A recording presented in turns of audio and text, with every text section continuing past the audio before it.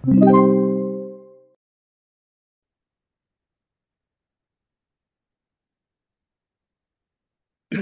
next. If every 0.1 seconds, a quantity increases by 0.1% of its current value, calculate the doubling time. Okay? So dito, there are multiple ways to solve this, no? So the first one is I would apply compounding, no? Yung compounding formula. So parang nag-increase daw ito ng 1% for every 0.1 seconds. So lumalabas yung future amount niya, tawagin ko na lang na F, ay equal sa present amount niya times 1 plus nag-increase ng ano no, 0.1%, that is 0.001. Okay? For every 0.1 seconds. So, erase ko lang muna ng n. Okay? So, yung n na yan is yung number of 0.1 seconds. Kasi for every 0.1 seconds, nag-i-increase siya. So, ibig sabihin, pagdating ng 0.1, yung f natin, 1.001 of p. Pagdating ng 0.2 seconds, na siya? 1.001 squared. And so on, no? So, ganun na siya, no? So, kung ganito ang model mo, pwede naman, no? So, anyway, ang tinatanong niya lang, kailan daw yung doubling time? So, well, first of all, we need to note that if you want the time, no, if you want the time, kasi naka for every 0.1 seconds ito eh. So, if you want the time, okay, so yung time na yan will simply be equal to the number of 0.1 seconds, no? Kung ano man ito. No, mumultiply lang natin ng 0.1. Pero mamaya na yon. Sige, mamaya na lang. Okay, so dito masasolve na natin. So pag sinabi mong doubling time, ibig sabihin, you will set that the future amount will be twice of its present amount. So therefore, we will have 2p is equal to p times 1.001 raised to n.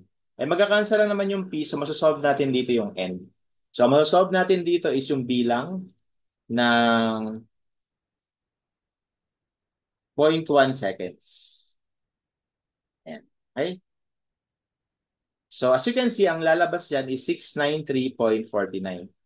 693.49. Okay? Pero hindi ito time, ha? Ito ay number of 0.1 seconds. So, ibig sabihin, yung time ay equal sa the number, kailan man yan, multiplied by 0.1 seconds. Okay? And that gives us 69.35 seconds. Okay? Kaya sa choices, you can assume that the answer is 70. Okay? So, ayan. Pwedeng ganito yung solution natin, no? Pwede rin naman ganito. Okay? Note that this problem is actually falls under population growth, no?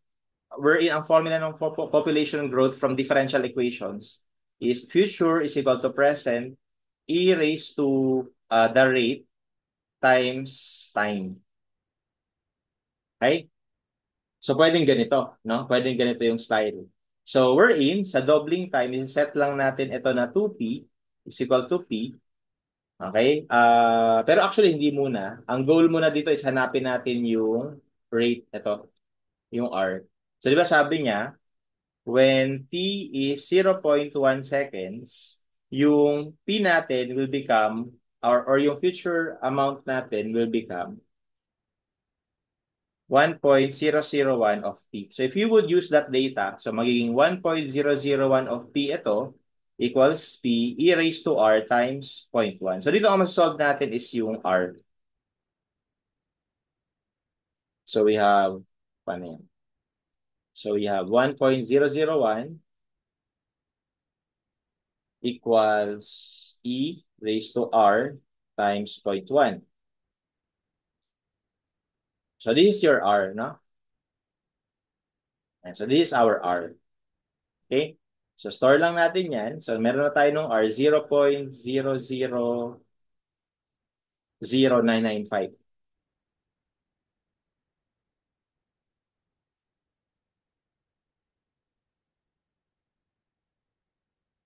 Okay? And then, masasagot na natin. Therefore, hinahanap natin yung time kung kailan yung future ay twice. Kasi doubling time nga eh.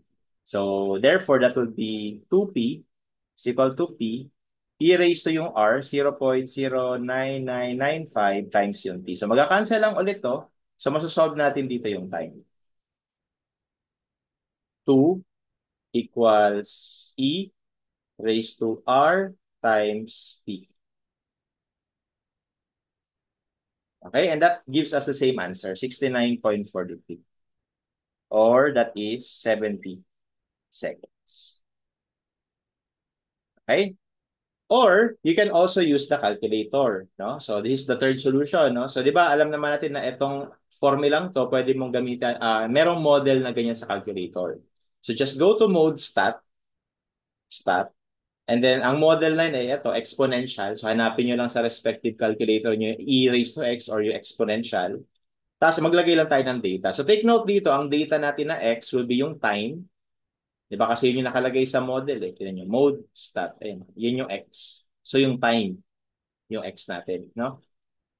Tapos yung y, yun yung amount. Okay? Presently, no? So ibig sabihin at time 0, yung amount natin is just p or gawin ko na lang na 1 or 100%. No? After 0.1 seconds, and this is according to the problem, after 0.1 seconds, yung f natin ay magiging 1.001. So enough na yan, just press CA or AC, and then go to apps or option in your respective calculator. In my case, nasa ano siya, ShiftStat. And then hanapin nyo lang yung regression.